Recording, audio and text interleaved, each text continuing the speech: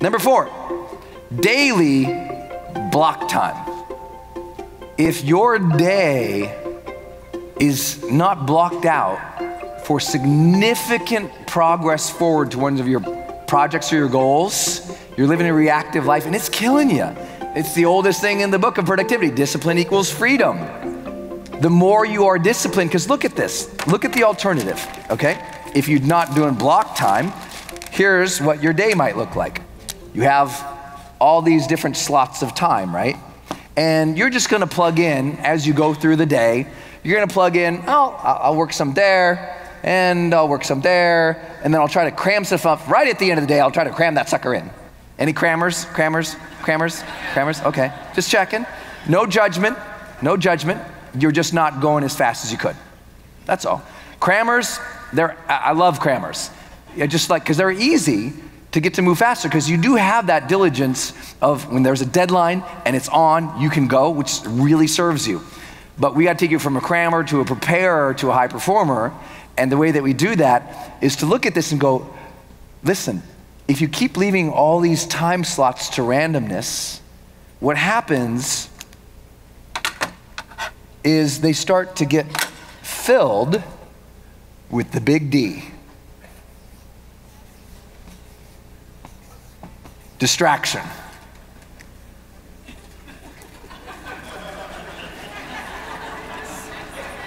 Some reason it seems like this hit home for some people. I don't know why. How many recognize what I'm talking about here? So now you add up, take this out. You might not be thinking too seriously about it, but let's say that's like a day. 1, 2, 3, 4, 5, 6, 7, 8 work hours. You didn't know I drew that on purpose. Now watch what happens. Let's scroll that down. Let's call it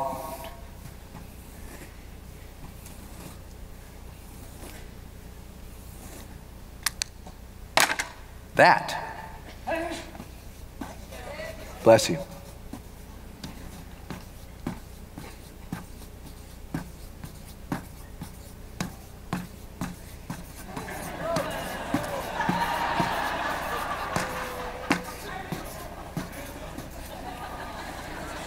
If you leave your time to randomness, you are stealing from your greatness. If you leave your time to randomness, you are stealing from your greatness bit by bit, hour by hour, day by day, week by week, month by month, quarter by quarter, year by year, and decade by decade. And it's the little things like this where you're like, oh my gosh, I didn't get anything done. Because you've got all these random approaches to your day. And so for those who are like, but Brendon, I'm a free spirit. I'm like, oh God, I love free spirits. Me too. Let's go on a yoga retreat. I don't have any time. Oh, free spirit, no time for yoga retreat? Aww. You know why free spirit ain't got no time for yoga retreat? Because they ain't got no discipline. If they had some discipline, free spirit would have time for some yoga retreat. So if you want more free time, you need more discipline time. It's so simple. I said, well, what if I learn to block time? And I did simple things like this. What if I said, let's see, let's call this, just for ease, let's go 8, 9, 10, 11, 12, 1, 2, 3, 4, and 5. What if I did this? And what if I asked, what is the primary projects that have to happen this week? And how can I build it so that my mornings are done in such a way that those primary big things, those things that must be created or done, that I block time out and it's protected. Meaning I just say, okay, block, block, block, block, block. And I let any randomness that has to come in, any randomness, if it has to come in, it can come in over here, but maybe I got this one blocked and I got that one blocked for keep up. Okay, I let those random things come in And they're not necessarily distractions, because I'm on my way, but maybe they're more, instead of distractions, they're, let's call it response time, responses. A little different, right? A distraction from a response. And so, well, guess what happens? Over a period of time, as you draw this down, even if you do have time available, you get the idea. You're just check, check, check. You're just getting stuff done. And now you're not at the whim so much. So one of my big things is I just said, from now on, I don't do any reaction in the morning. My morning block time to create and do the necessary steps and big projects or priorities that must happen to move my life forward. My reaction, I'll do that later. So I'll reply to my email, or I'll take voice messages, or I'll take meetings in the afternoon, not the morning. Now some people, depending on what your career is or what you do, maybe you can't do that.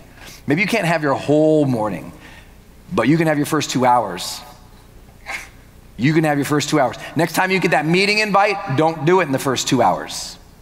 Move it. A Fortune 50 CEO taught me this. He said, Brendon, I do no calls until after lunch.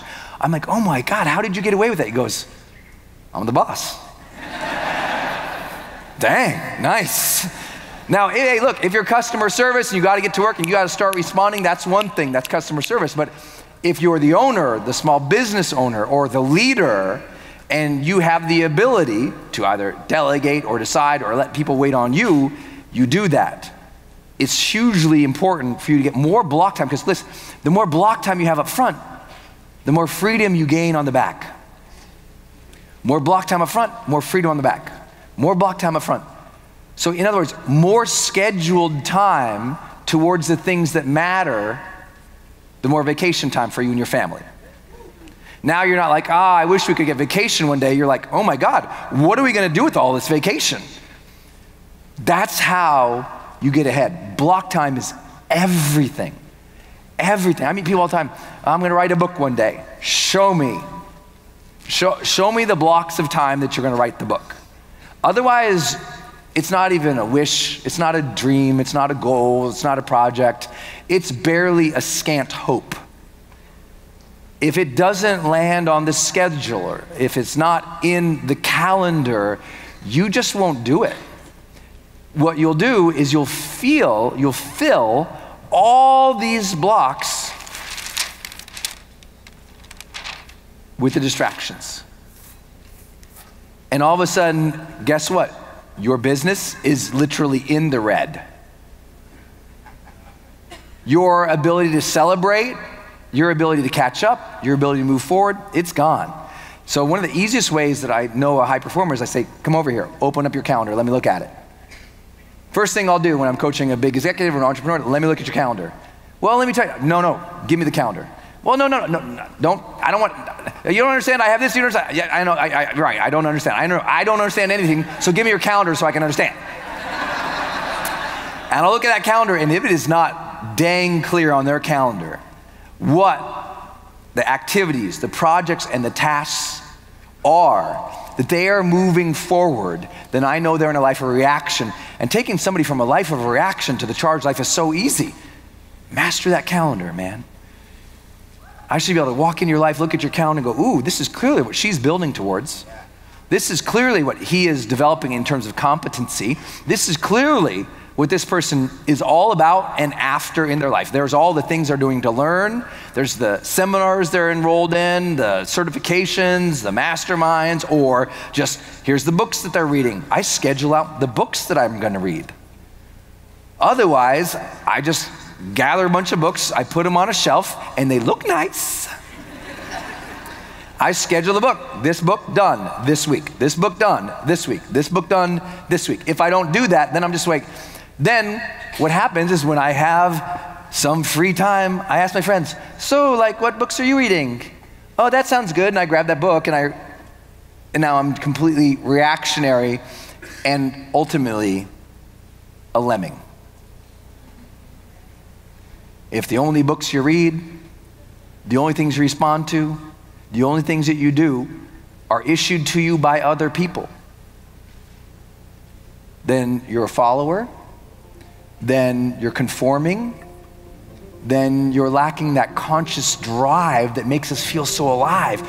When you are designing your day, designing your week, designing your life, you come back to life, and you all deserve that. So turn the person left, right, shake them, and say, design your life.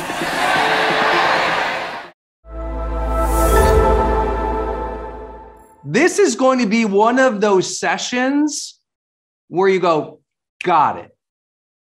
That the reason we do personal development, it's ultimately all about new ways of accessing self-awareness, isn't it? That when we hear new ideas in personal development, maybe just a slight change in how we think about something or how we think about ourselves, life can change. Just one little subtle shift in how we think about a topic, in how we approach something in our life. Those subtle shifts can make a big difference. And this topic today is that. We're talking about setting boundaries. I'm going to talk about how to think about this topic of boundaries. So we're going to be talking about on boundaries all day long. And I think you're going to be really amazed in the simple hour of how much you're going to cover and learn today in your own self-awareness in a way you probably haven't thought about boundaries before. Because what most people do when I say, the topic of setting boundaries, they immediately think of like, I need to set boundaries with my family.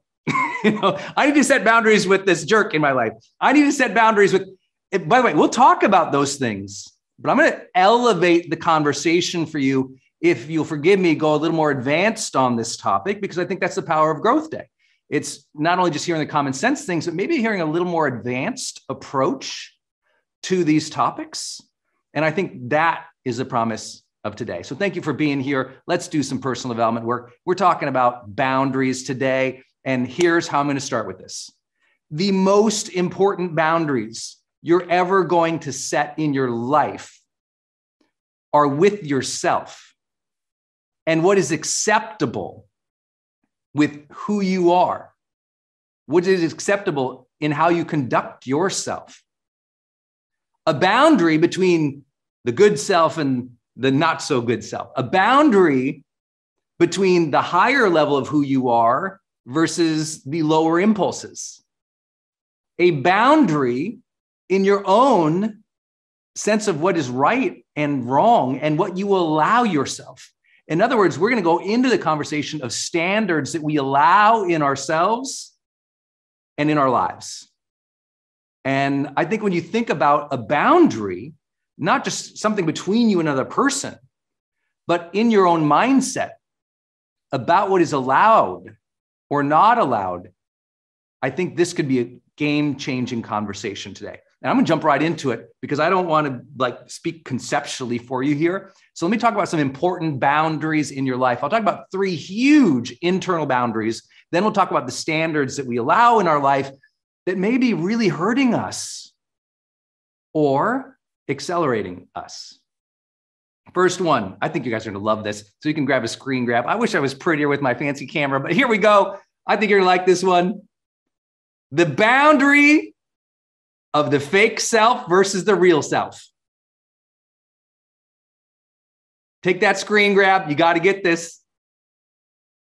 See, this boundary and what you allow here and how you conduct yourself here, it matters, doesn't it? When I talk about setting boundaries, very few people ever think about this one. Because when we talk about setting boundaries, we often feel victim to something. We feel like, oh, well, someone's encroaching on my boundaries. We'll talk about that. But this is the one that causes the real damage.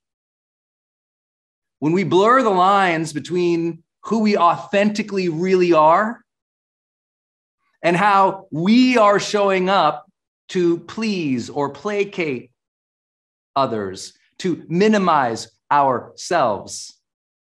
That's the boundary. How much do you cross this boundary? You want to talk about the quality of your life? How much do you cross this boundary right here? Think about this. How often do you cross this boundary? That can be the game changer in your life today.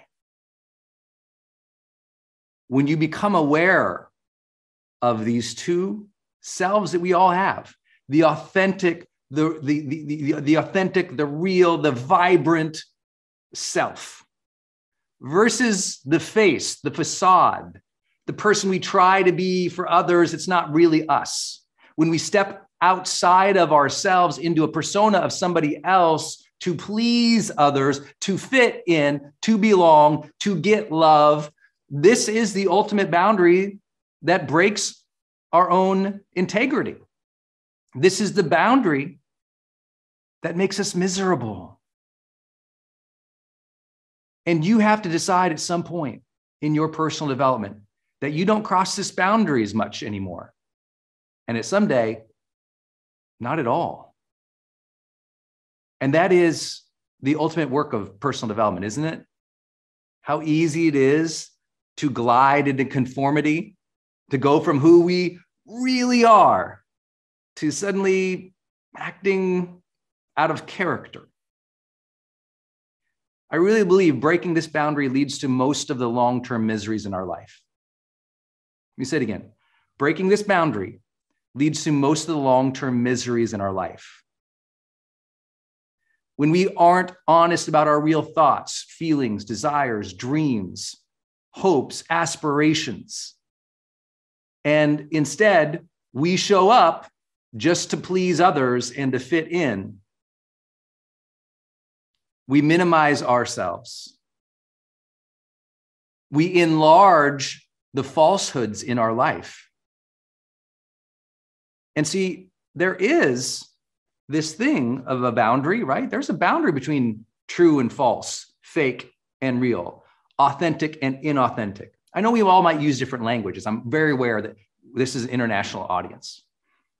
I just think you've got to figure that out and get highly attuned to when that is happening. When people talk about mindfulness, they're often talking about, ooh, look at the flowers over there. Let me notice the sensations in my body. When they talk about mindfulness, they often think of, let me just drink in this moment. But the most critical and important part of mindfulness is to know who you are and who you are being in any given moment. Because I know a lot of people, they can appreciate the flowers all day long, but they're miserable because they're not being themselves. Listen, write this down. Boundaries are all about identity. Boundaries. The most important boundary you will ever set in your life is, who are you? What's in that circle of who you are? And what's outside of that? Who are you? Who are you not? In other words, just bringing back my little picture here, the fake self versus the real self.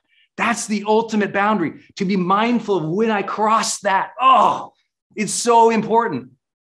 I know a lot of you out there, you're influencers, you're creators, you're leaders, you're caregivers, and you can recognize how often you have to step into a role maybe you don't want to be in, or maybe you're in a situation where you have to hold back a little of your own truth for decorum. You have to put on a shiny face and not freak out on your child. You have to calm yourself down because you want to scream at somebody. That's self-regulation. That's okay. That's allowed. We have to do those things. What we are talking about is an enduring sense, an enduring recognition or mindfulness of how often we are crossing these boundaries. This is a conversation of frequency, isn't it? Because sometimes we have to do a certain behavior that's appropriate. We're going to talk about that later. Right now, I want to shift your whole brain. Oh my God, setting boundaries in my life is all about, who am I? Who am I really? And am I showing up as that consistently, with intention, with joy, with flow? That is the thing we are actually talking about, not just boundaries about, what you'll allow on your plate from others. It's about who you are. The more often you break this boundary, the more miserable you are. I really want you to capture that. I know you're kind of like, geez, Brendon, thanks for the personal development today. Can we get some dancing bears and balloons? Make this a little more entertaining, dude. This is a little hard, but this is why you might be miserable. And I don't say that in any judgmental way. I've been there and I've coached thousands of people through this. We got to get you more on this side. We've got to be aware when we break a boundary, who we are not. Very key. You want to change your life, you also become vitally aware of this other internal boundary. And this is this one. Your old self versus your new self.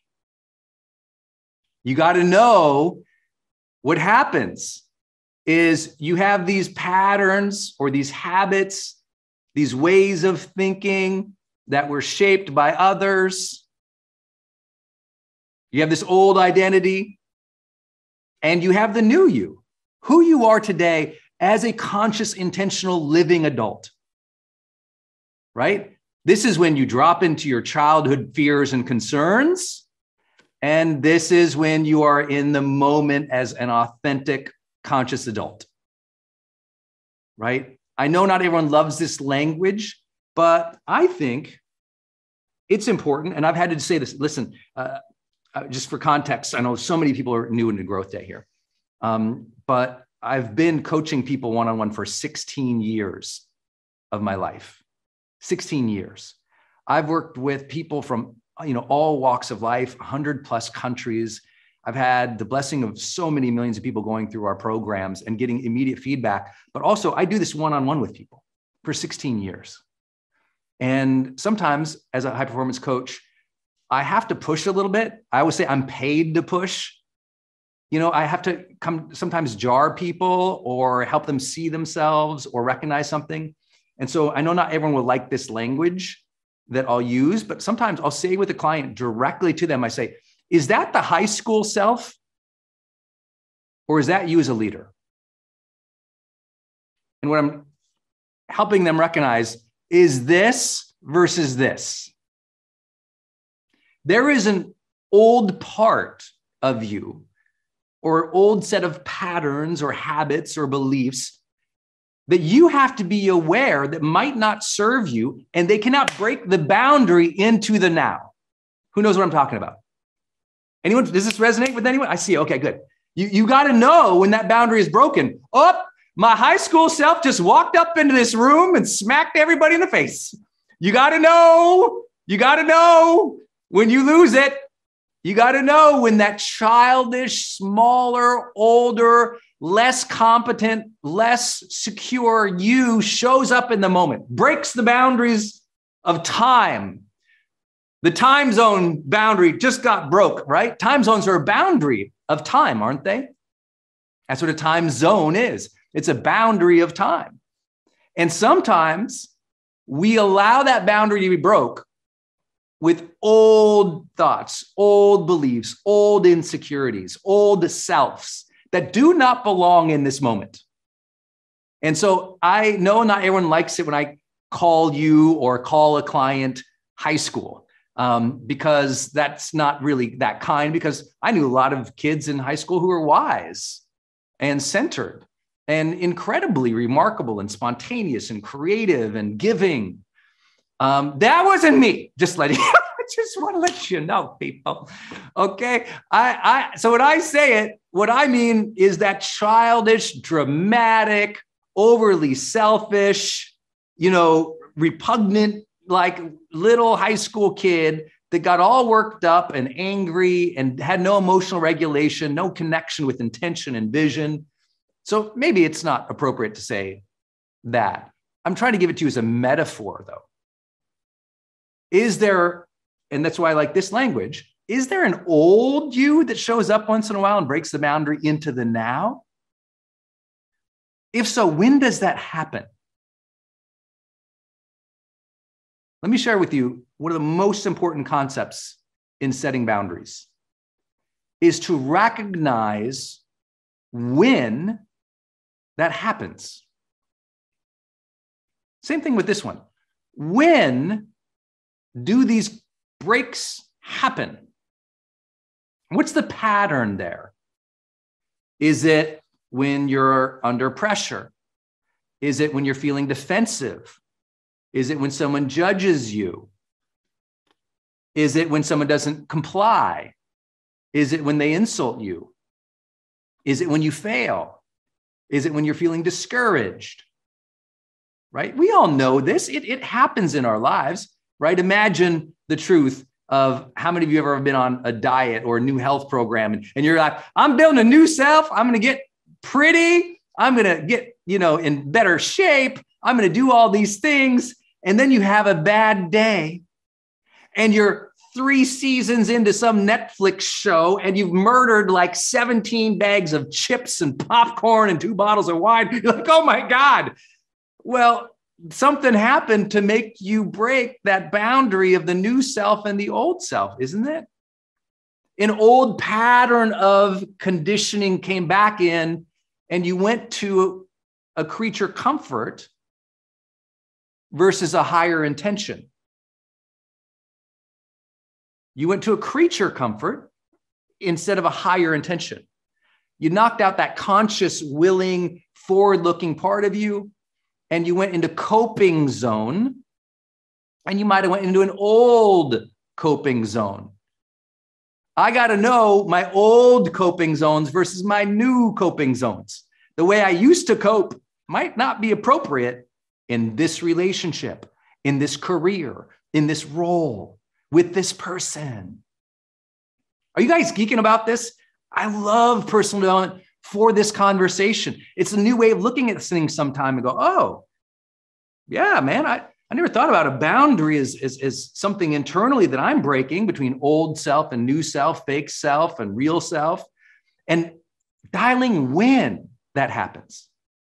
This is why I really want to encourage every single one of you. Please, please, please make sure you're going into your GrowthDay app and using the journal to capture what's going on in each of your days, to capture your feelings, to capture when you break a boundary, to capture how you wish you would have shown up, led, performed, interacted, or communicated. Your journal is the most important part of GrowthDay in my perspective, because the break that you might be getting here, you get that every day when you reflect about yourself and you see, when did that happen? When did I go backwards? When did I break the time zone here of old self, new self? What caused me to cope that old way versus this way? It's in thinking about it that we discover ourselves. It's in self-reflection that we discover our future self. It's in self-reflection that we discover our future self. This is the power of journaling.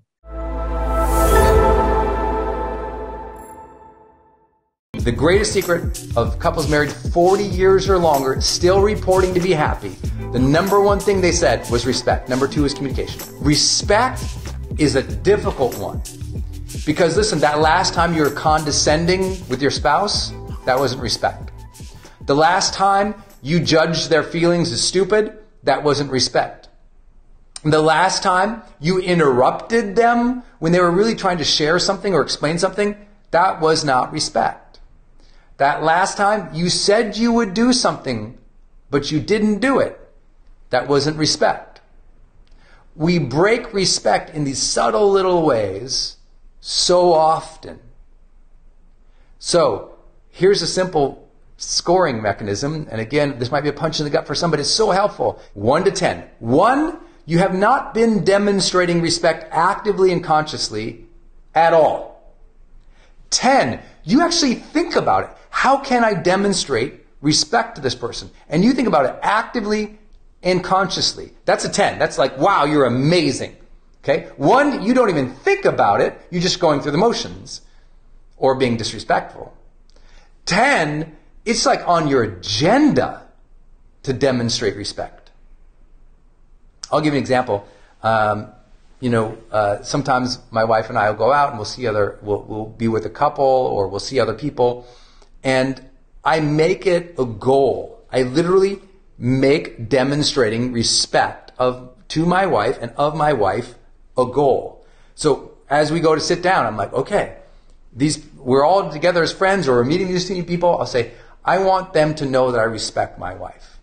So I will say things to her or give a level of appreciation to her verbally that people hear and they're like, wow, he really loves his wife. But I'll often use the word literally with her, respect. Honey, I respect how hard you have worked to make an amazing relationship with us. And I'll say that to her in front of other people.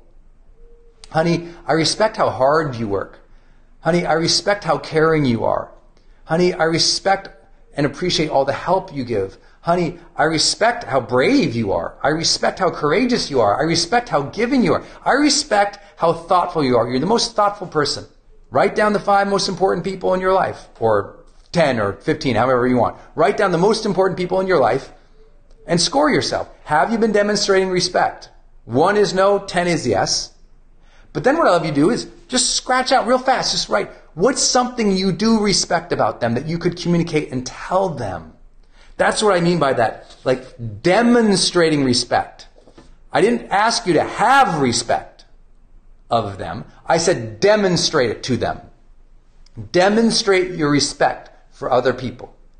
Demonstrate it. I tell myself this before almost every major meeting I have. I say, respect the people in this room. Respect the people in this room. It's something my dad taught me. Respect other people. So I try to actually verbalize it. I try to communicate it. I try to do things that show it. And if you were one of my friends and you knew me, like none of my friends or none of my family questions whether or not I respect them. Everyone knows it. If you're in my inner circle and I have respect, you know it. You know it. Now here's the issue. The funny thing is this new generation, and when I say new generation, I mean people alive today. I don't mean millennials or Generation X or Y or whatever. I mean, if you're alive today, respect is not a word that's actually used that often. People prefer other words that are easier. And that's nice. And yet, that's why there's no depth in the relationship. You know, there's lots of other things that we could say that we want. You know, even, look, even Odile said, she said, I appreciate better than I respect. I understand that. And that's a good thing. But respect is something that they need demonstrated and said, all people. Like, I understand that might be your approach. Like, I like appreciate, but appreciation is just one form of respect. And I think that we need to put that word back in front of us again. We need to make it a goal. Make that a goal. Make demonstrating respect a goal. So maybe something, what could you do for your spouse or someone that you love to show your respect for them? Or to explain to them that you respect their work, their effort, their values, their heart, their commitment. My wife, she knows I respect her like more than any other person alive. There's no question. There's no lack of respect ever in our relationship, even when we have fights. And we're going to talk about that later, because the number one way to quickly make a conflict be worse is do something so that the other person feels like you don't respect them. When respect is gone, there's almost nothing else you can do. You can placate, you can say nice things, you can write them a gratitude note, but if they don't feel respected, that's trouble. So, how do you demonstrate respect to your spouse? First, you speak respectfully of your spouse to other people in a way that when your spouse can see it. Like, literally say the words, I really respect my wife's heart, her giving, her thoughtfulness, her care. Like, say the words, I respect this person for these reasons. And say it around other people so the person's like, wow, that was so nice of you. That was so kind of you. Also, know how your partner feels disrespected. I'll give you an example here. Like, because it's different, right? The way I feel disrespected is not the same way my wife feels disrespected, right? For me, I feel disrespected if I am sharing something, I'm right in the middle of like passionate sharing, and someone interrupts something, and they interrupt, and it's something that's kind of unrelated, and it's not like in line with what I'm sharing about passionately, so I feel interrupted and kind of like from a tangent, I feel disrespected. Now, I know many of you are going to say, but Brendon, take it easy, man. You don't have to feel disrespected about that. But that's my immediate impulse. It doesn't mean I freak out about it or go crazy. I'm just saying that to me, it's not a show of respect. Show of respect is cheering it on or jumping in the conversation or aligning with it and like creating something together. Now, for Denise, that's not a big deal to her. She's happy to jump in any conversation. So we have different ways. Another way of respect, as I said before, is absolutely making sure that if you say you're going to do it, you do it. That is integrity. That is congruence. I'm defining it here as respect to your partner. If you promised your partner something, show up. Said you're going to do it, do it. Promise to be there at that time, get there on that time. It's not that we don't all struggle with those things, but you being congruent with what you promise is a real big thing, right? Someone asked, Tarek asked, how do you get respect back if you feel that it's been lost? You start, number one, by honoring your commitments. If you say you're going to, like the way to get someone's respect back is be kind and thoughtful towards them and do what you say you're going to do. That's how you get it back. How you win respect from another person, you do what you say you're going to do, you show up when you say you're going to show up, and you're generous, kind, or thoughtful towards them, they will feel respected. Also, the way that people feel respected is to be heard. So learning to reflect back what they are saying to you accurately. And I really work on this one. It's like learning to, like, if Denise says something, I listen to the words with precision of what she says, and I reflect those words back. Not my words, not my take, what she said. Because when people feel, that's big. When people feel like you say, oh yeah, he heard what I said, they feel respected. So you got to work on that one too. And listening to other people, being thoughtful towards other people, doing what you say, all those things are so obvious, and that's why I say make demonstrating respect the goal. Hey my friends, it's Brendon Burchard. I hope you are having a spectacular day today. I am thrilled to be with you and to really discuss and dive deep into how do you have that comeback story in your life. If you've been down, you've been out, you've been frustrated, you've been challenged, people have been doubting you, you've doubted yourself, you feel like you failed, you feel like you struggled, you feel like you're not breaking through or activating your full potential. Bam! Do not wait until X happens for you to start changing your behavior, changing your lifestyle, changing your habits, and starting this new chapter. Do not wait. Many of you are in a wait story. You're in a waiting pattern. I want you to think about this. You're like, oh, no, soon as the kids leave, Brendon. Once the kids leave, yeah. Then we can be happy once the kids leave. Things will be good. We're just going to wait. No. It's time to start living your life each day. You know, I had this friend of mine recently.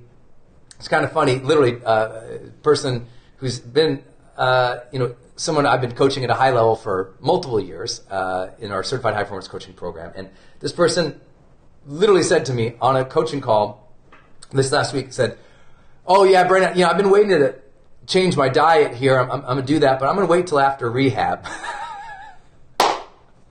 Literally said, I'm going to wait until after rehab. I'm like, what?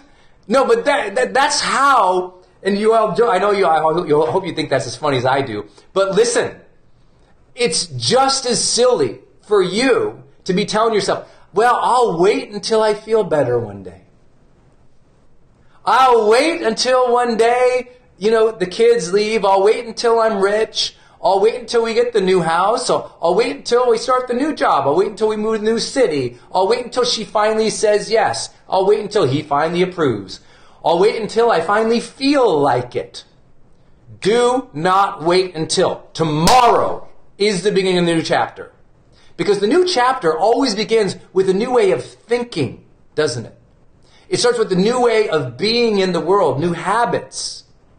And you don't have to wait for people to understand you. You don't have to wait for anybody to give you permission or approval. Like, you have to accept it's on you. That's where this begins. The comeback story happens when you go, it's on me, it's my choice, here we go. Tomorrow I'm going to start speaking to myself in healthier ways. Tomorrow I'm going to start eating healthier. Tomorrow I'm going to start working out more. Tomorrow I'm going to protect my time more. Tomorrow I'm going to value my wellness more. Tomorrow I'm going to do my art more. Tomorrow I'm going to be happier and more connected. It's a choice. It's a choice for you. It's a choice for you. Got it? Like, at some point you have to go, I don't have to wait anymore. Some of you are waiting until you earn something, or you're certified at this, or you get promoted to that. And what I'd love for you to do in your own honesty today is ask, where have you been waiting? Like, what's that thing you're like, well, I'll do that someday. Because listen, the more that you are waiting on, the more that restlessness inside is activating. The more that you're waiting on, the things that you know you need to be, or do, or create, or move towards, the more of those, they stack up an internal dislike. You start feeling like your psychology goes, well, I want these things, I know they're important to me, but I'm not acting towards them. And what it does is it erodes your self-trust. Do you know why so many people say in the chapters of discouragement versus starting the comeback story? Because they're still living in self-distrust. And a lot of that self-distrust isn't because they're a bad person. It's because there's a part of them that's waiting. And their mind and their body in the background is saying, hey, Brendon, do these things. And my mind goes, I know those are good things, and those are the right things. But, I feel bad about myself today. So instead, I'll go watch 3 seasons of something on Netflix. You know what it is. I know those are the right things to do, or that's the right way for me to behave, but I'm going to wait until she's better. You know what? It is nice to be nice, but I'm not going to be nice because look at her behavior. So I'm going to be an ass just as long as she is. And your back of your mind goes, but that's not congruent with who you are. Why are you acting and behaving to somebody else's level and waiting to be your best self? The reason so many people live in the discouragement story versus the comeback story is because of self-distrust. They're not doing now what they know they can, should. They're not being now who they can and should. They are not moving forward like they know their potential is capable of. And inside, it's just like, it's like every single thing that you're waiting on that you know you should do is one more layer of distrust in your identity. And you stack up enough waitings on somebody, things they know they should do, waiting to live their life, waiting to speak well to themselves, waiting to start the diet or the nutrition plan or the healthy activities, and their brain starts distrusting themselves. Says, you know what, I can't count on you to do the things you know you should do. I hope you guys get what I'm talking about. It's a way of hurting ourselves, is waiting. The longer you wait on the decisions or forging the character that you know you should do, the more hurtful it is to your character and your identity. Now, I know some of you come here for a lot more motivation than that, but I do believe that my role as your virtual coach is sometimes to have you look at yourself and be honest here. It's hard to start your comeback story if you can't trust yourself to wake up tomorrow and do the things you know that are right for your life. That means some of you, you've been waiting to have that difficult conversation with your spouse until never. Some of you have been waiting to ask for that thing you dream of at work until never. Some of you have been waiting to start that business or that new book or that new endeavor until never. Now you tell yourself, no, until you know these things. And what you're telling yourself is, I'm going to wait until all the perfect things completely line up. When it's all perfect, then I'll go. And your brain goes, you are so full of crap. You know you're waiting because you're scared or you're mad at yourself or you don't trust yourself. So what are you doing here, brain? You're lying to yourself. And then your heart, your spirit knows you can't trust yourself. And that's why you're not being more decisive in starting the new story and the new chapter. And listen, I know I'm teasing a little bit here today. And I try to poke fun a little bit, but I spend my life with people who are literally paying $500,000 or more to work with me. And I cannot tell you how many times this is the issue for them. And you would think, oh no, if they can afford that, they must not have this issue. I'm here to tell you, everyone has that issue. The people who I coach on the covers of magazines, my friends, they have this issue. When I was down and out and my worst of myself, I had that issue. I know you all have that issue. We all do things that create self-distrust inside. And so do not wait. Do not wait until the perfect things. So what I'd love for you to do is you got a journal here today. And I hope you have a journal somewhere, a piece of paper, napkin, write it on with lipstick on the floor if you have to, or wherever you got to put it. I don't care where you got to put it, ladies and gentlemen. What I'd love for you to do is write out the do not wait list. Right? Do not wait to say I love you to my spouse, even though you might be in a fight.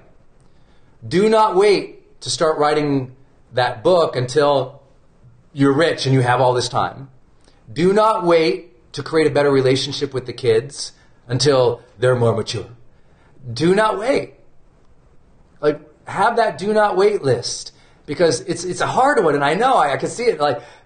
John Baptiste is saying oof, and Kimberly's saying darn it. I can see you guys. I'm here with you, But write out that do not wait list.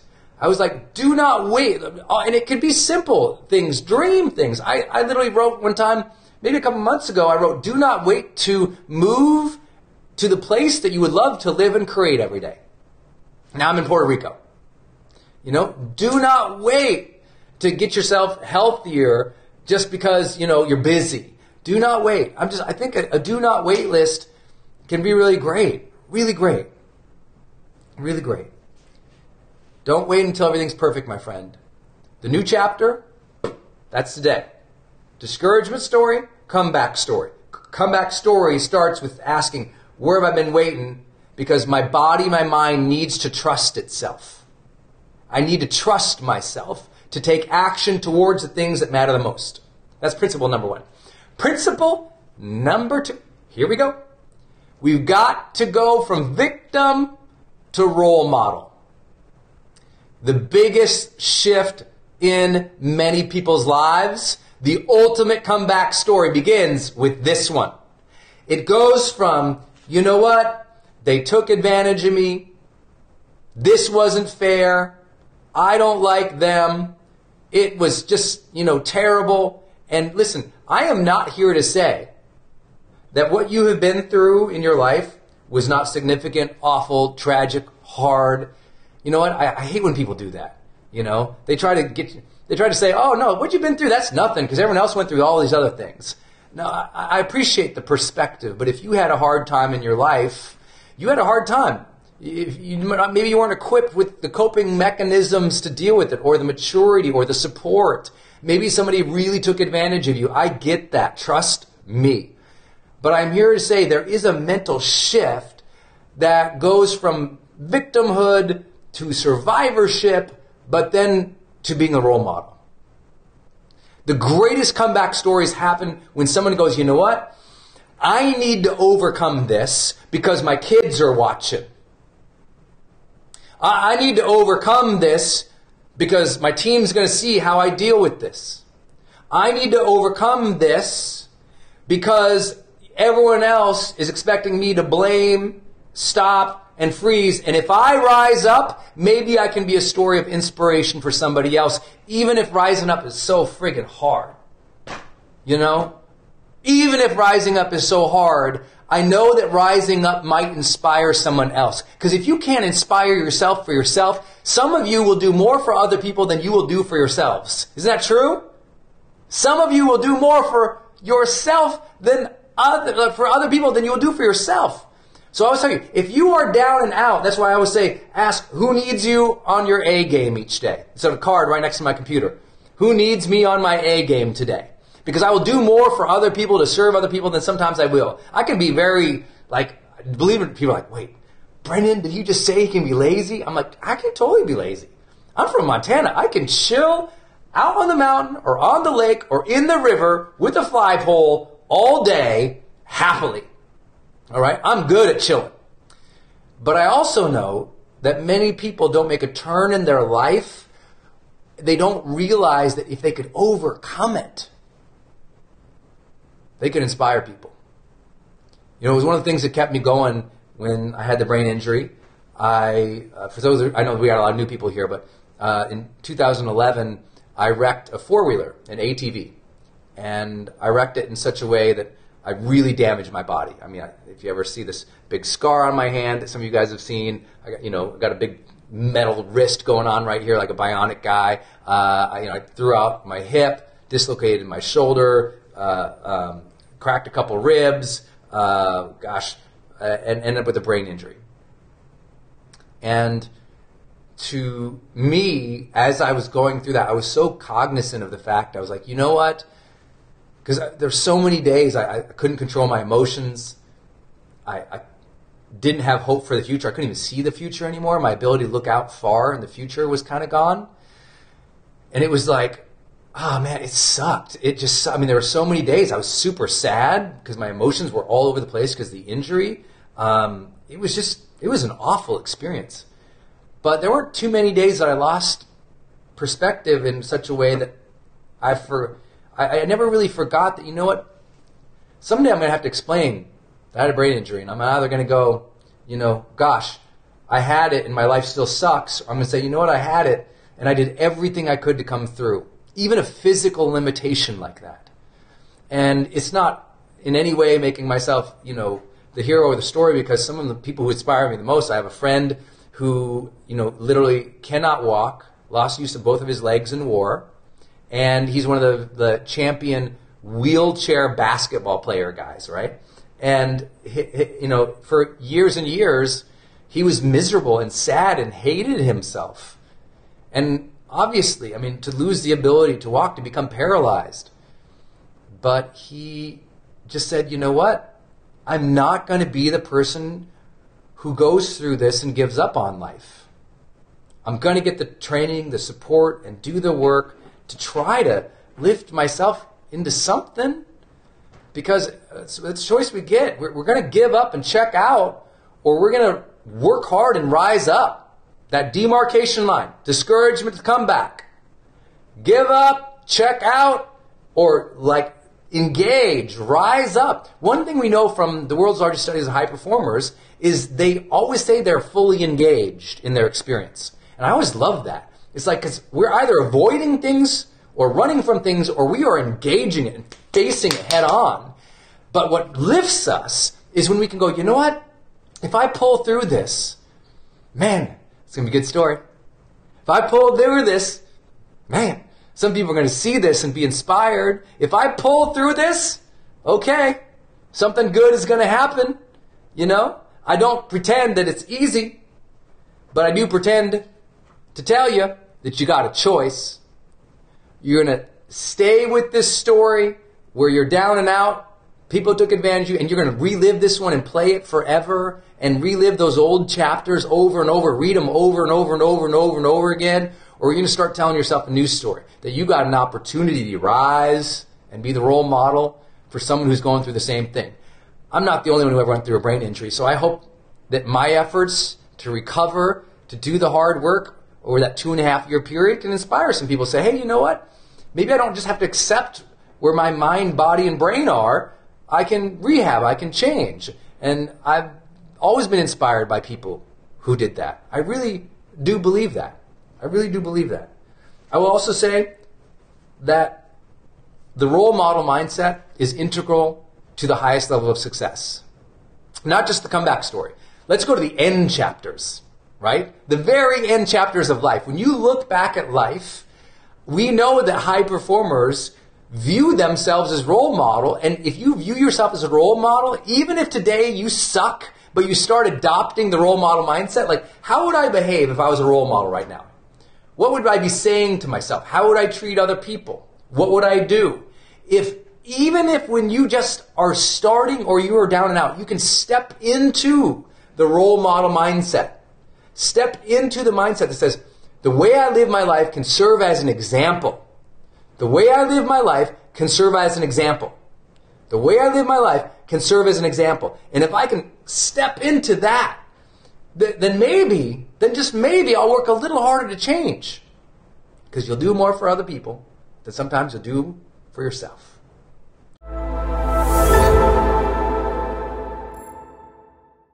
You know when most people evaluate themselves? When they have a performance review coming up at work, when they've really screwed something up and they're guilty and they're thinking of all the other stupid things they've done that hurt them. You know, when they hit a birthday, when they hit New Year's, when someone holds up a mirror in front of them and says, hey, you're being a jerk, and they have to really reevaluate. Most people are not proactively assessing their performance. And so when it comes time to do that, they're disappointed. And so if this is not a basic habit for you, I need you to start scoring yourself at the end of the day.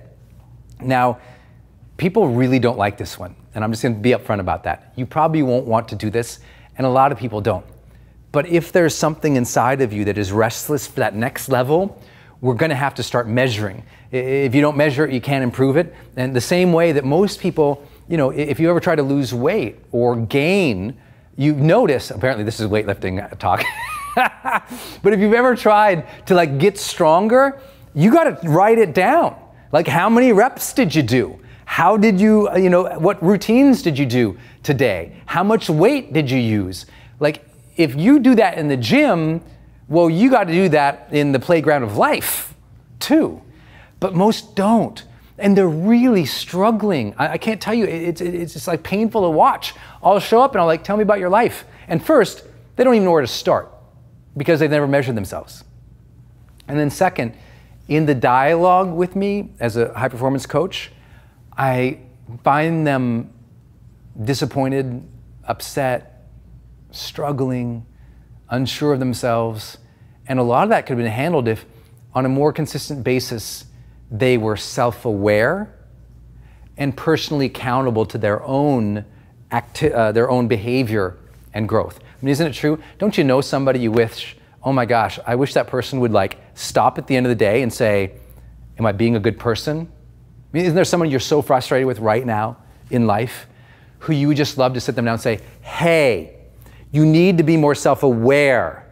You aren't paying attention to who you're being, and it's hurting everybody around you. Jerk. We all have that person we wish they were more self-aware. But how do you get self-awareness? You just go to a meditative retreat once a year? Do you luck out into being a self-aware person? Self-awareness is gained by self-evaluation. If you want to be better, aware of who you are, where you can grow, how you can uniquely give or serve, we need to evaluate yourself. Does this make sense? So what are your habits right now for evaluating yourself? What do they look like? How are you measuring yourself and your progress in life? What are those? If you got some, man, virtual high five, I could be there with you.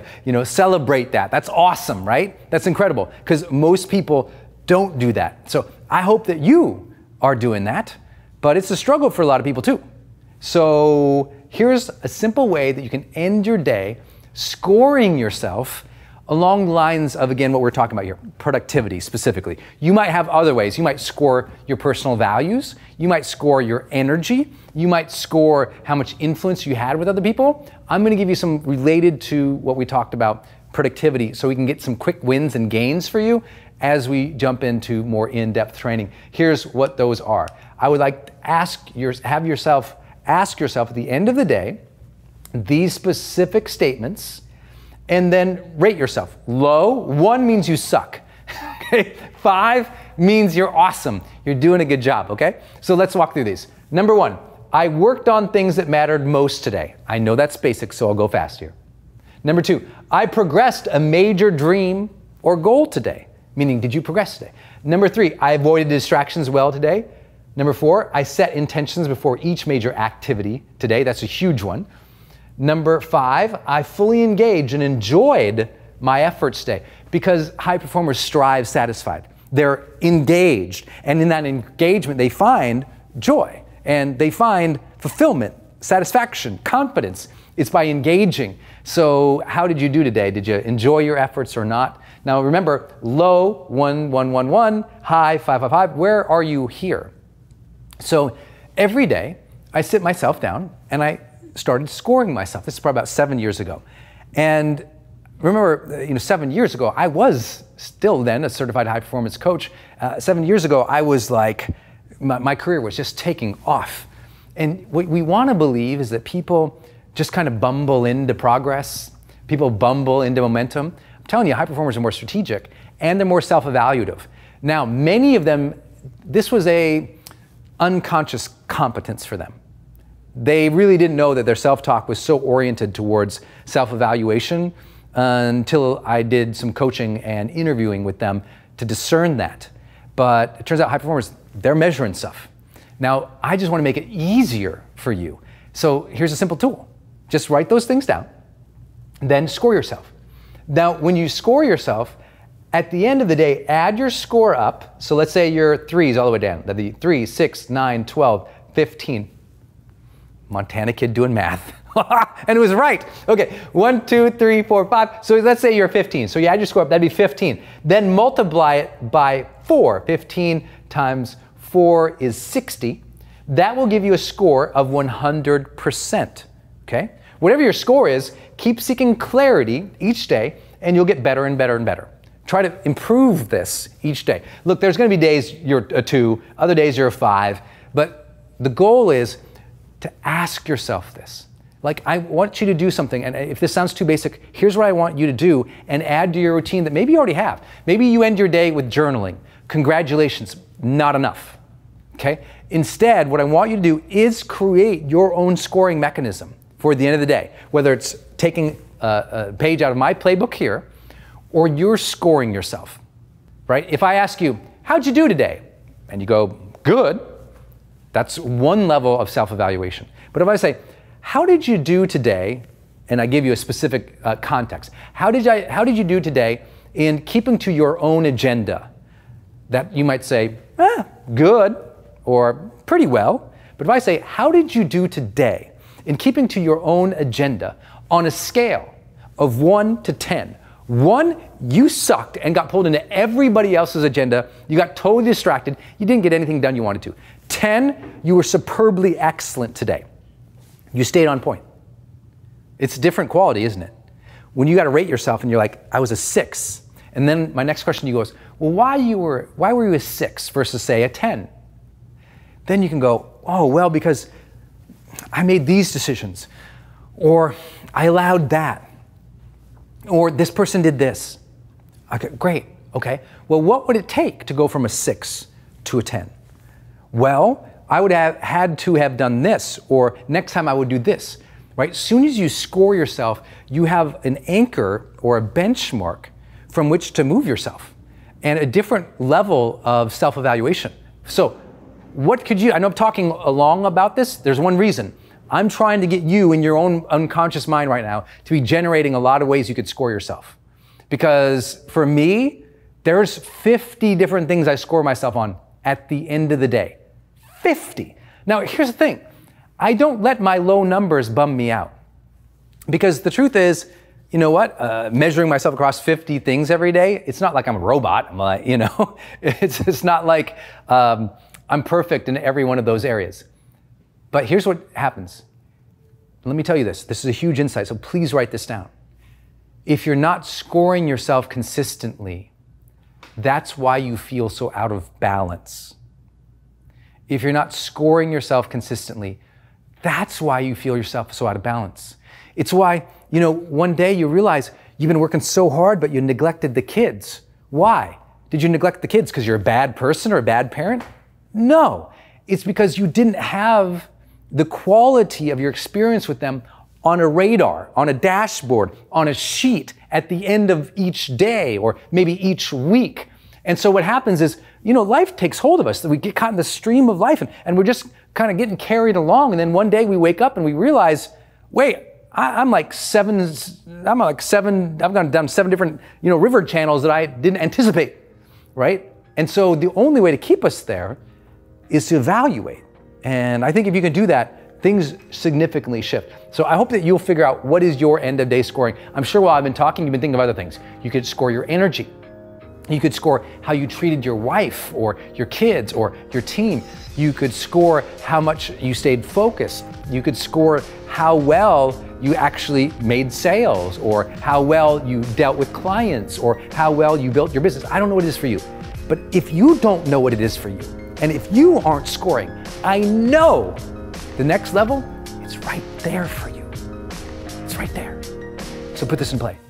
This can be your day for personal growth. This can be that day you committed to and you remember and you go, that was the day I got myself a community. I got better coaches. I committed to making my life the absolute best that I could.